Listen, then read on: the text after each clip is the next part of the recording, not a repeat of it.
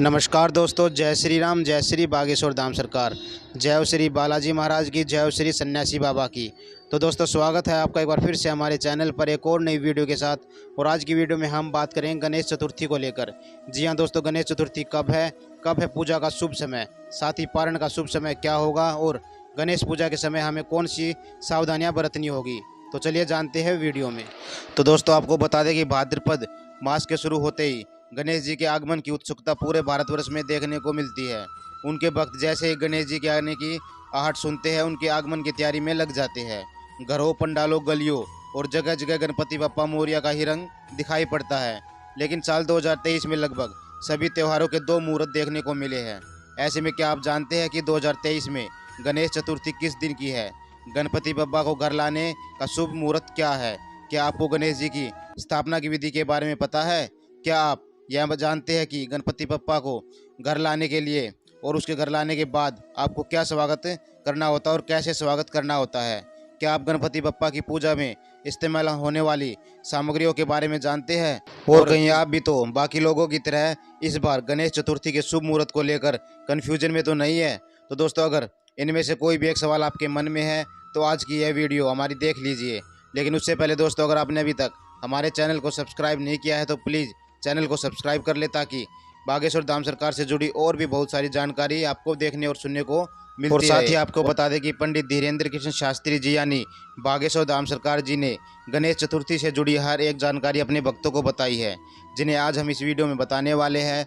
तो अगर आप भी गणेश जी के स्वागत में कोई कमी नहीं छोड़ना चाहते हैं और उनकी पूजा पाठ की सभी विधि और मुहूर्त के बारे में सब कुछ जानना चाहते हैं तो वीडियो में अंत तक जरूर बने रहिएगा। दोस्तों, गुरुजी गणेश महिमा को बताते हुए कहते हैं कि गणेश जी को सभी देवताओं में प्रथम पूज्य होने का वरदान मिला है। शुभ कार्य चाहे कोई भी हो, कोई भी पूजा हो, किसी का विवाह हो, कोई हवन हो या फिर घर पर या दुकान पर मुहूर्त हो, सबसे पहले गणेश जी की स्थापना और पूजा की जाती है। गुरुजी कहते हैं कि गणेश जी विघ्न हरता है और उनके आगमन के साथ ही अगर आप किसी भी शुभ काम की शुरुआत करते हैं तो आपके किसी भी काम में बाधा नहीं आती है और आपको शुभ परिणाम ही देखने को हमेशा मिलते हैं। तो हमारे गुरुजी कहते हैं कि आप गणेश जी की सेवा में कोई गलती, इसलिए श्री बागेश्वर धाम सरकार यानी पंडित धीरेन्द्र कृष्ण शास्त्री जी ने गणेश जी की स्थापना का शुभ मुहूर्त, उनके स्थापना की तिथि और विसर्जन की तिथि के साथ साथ बाकी सभी जानकारी भी अपने भक्तों के साथ साझा की है। तो दोस्तों, इस बार गणेश चतुर्थी की तिथि में लोगों के बीच मतभेद है कि गणेश की स्थापना 18 सितंबर को की जानी चाहिए या फिर 19 सितंबर को। तो ऐसे में हमारे गुरुजी कहते हैं कि भाद्रपद की शुक्ल पक्ष की चतुर्थी तिथि को गणेश जी की स्थापना का शुभ मुहूर्त होता है और 2023 में चतुर्थी तिथि 18 सितंबर को दोपहर 2:09 पर शुरू होकर 19 सितंबर को दोपहर 3:13 पर ख़त्म हो जाएगी। सूर्य के उदय होने के साथ जो तिथि आती है उसी से ही पूरे दिन की तिथि माना जाता है।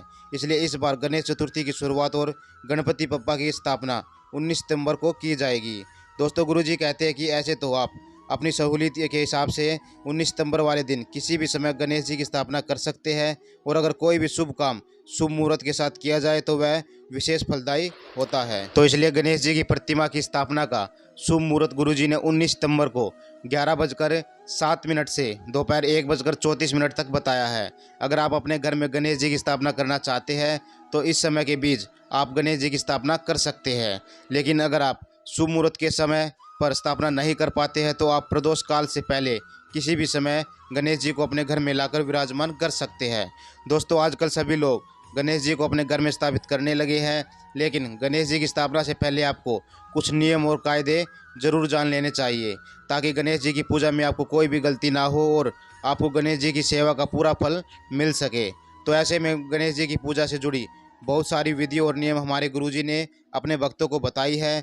गुरुजी ने इन कार्यों को बताते हुए कहा है कि अगर इस साल आप अपने घर में गणेश जी की स्थापना करना चाहते हैं तो गणेश चतुर्थी के दिन पहले ही आप घर में अच्छी तरह से सफाई कर लीजिए। अगर आपके घर में जाले धूल मिट्टी लगी हुई है तो उसे साफ कर लीजिए।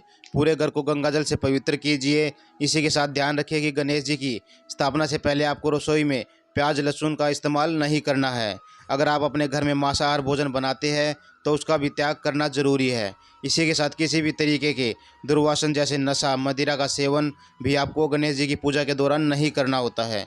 इसी के साथ अगर आप जहां पर गणपति की स्थापना करने वाले हैं उस जगह को सुंदर सा सजाएं और गणेश जी के लिए आसन ज़रूर बनाएं।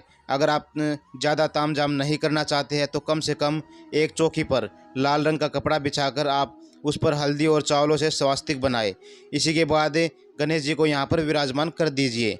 साथ ही गणेश जी को घर में लाते समय यह ध्यान रखिए कि जब आप गणेश जी को अपने घर में लाए तो उनके ऊपर लाल या पीले रंग का कपड़ा ढक कर लाए।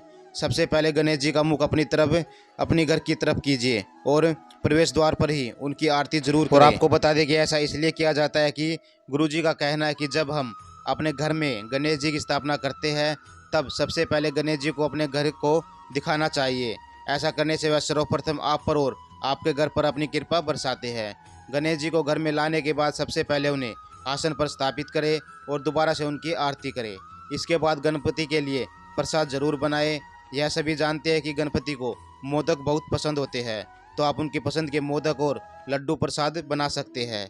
इसी के साथ ध्यान रखने वाली ये बात यह भी है कि आप कितने दिनों के लिए गणपति को अपने घर में विराजमान करने वाले और साथ ही जब आप गणपति को अपने घर में स्थापित कर रहे होते हैं तो गणपति के दाएं कान में आप यह जरूर कहें कि गणपति महाराज, हम आपको 2 दिन, 4 दिन, 5 दिन या फिर 10 दिन के लिए अपने घर में स्थापित कर रहे हैं।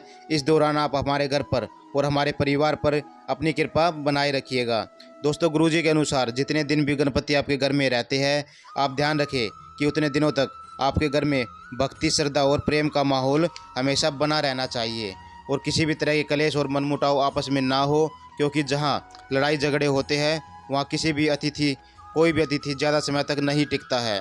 तो ऐसा ना हो कि गणपति जी भी आपके परिवार में आए और आपके परिवार में मनमुटाव बना रहे और गणपति आपसे नाराज़ होकर वापस चले जाए। इसके विपरीत परिणाम आपको भुगतने पड़ सकते हैं। इसलिए गुरुजी ने अपने भक्तों को सलाह दी है कि जिस समय आप गणपति को अपने घर में स्थापित कर रहे होते हैं और गणपति की पूजा आराधना अपने घर में करने वाले हैं, इतने दिनों के ध्यान रखें कि आप पूरी भक्ति और श्रद्धा से गणपति की आराधना करें।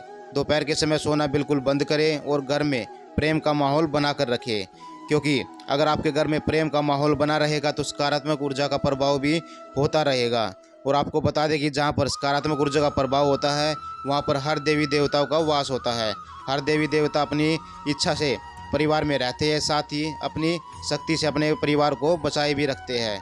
और आपको बता दें कि ऐसा न केवल गणपति जी बल्कि उनके साथ आने वाली रिद्धि सिद्धि और माता लक्ष्मी भी आपके परिवार पर अपनी कृपा बनाए रखेगी और आपके घर में धन दौलत की कोई कमी नहीं रहने देगी। क्योंकि आपको बता दें कि कितने भी मांगलिक कार्य होते हैं, शादी होती है, कुछ भी होता है, तो सबसे पहले गणेश जी को बुलाया जाता है, उनकी पूजा आराधना की जाती है, क्योंकि वही है जो बेड़ा पार करते, साथ ही घर में बरकत और शांति का निवास करते हैं। आपको बता दें कि आपके जितने भी बिगड़े काम होते हैं, साथ ही आपके ऊपर जितनी भी नकारात्मक ऊर्जा होती है वह भी नष्ट हो जाती है गणपति के घर आते ही, और लगातार आपके घर में सकारात्मक ऊर्जा का वास बना रहता है। तो दोस्तों, आज की वीडियो में बस इतना ही। वीडियो आपको कैसी लगी कमेंट बॉक्स में ज़रूर बताइएगा। साथ ही वीडियो को लाइक और शेयर करना ना भूलें और चैनल को सब्सक्राइब जरूर कर दें। जय हो गणपति बप्पा मोरिया की। हमारे घर भी ज़रूर आना। जय श्री राम, जय श्री बागेश्वर धाम सरकार।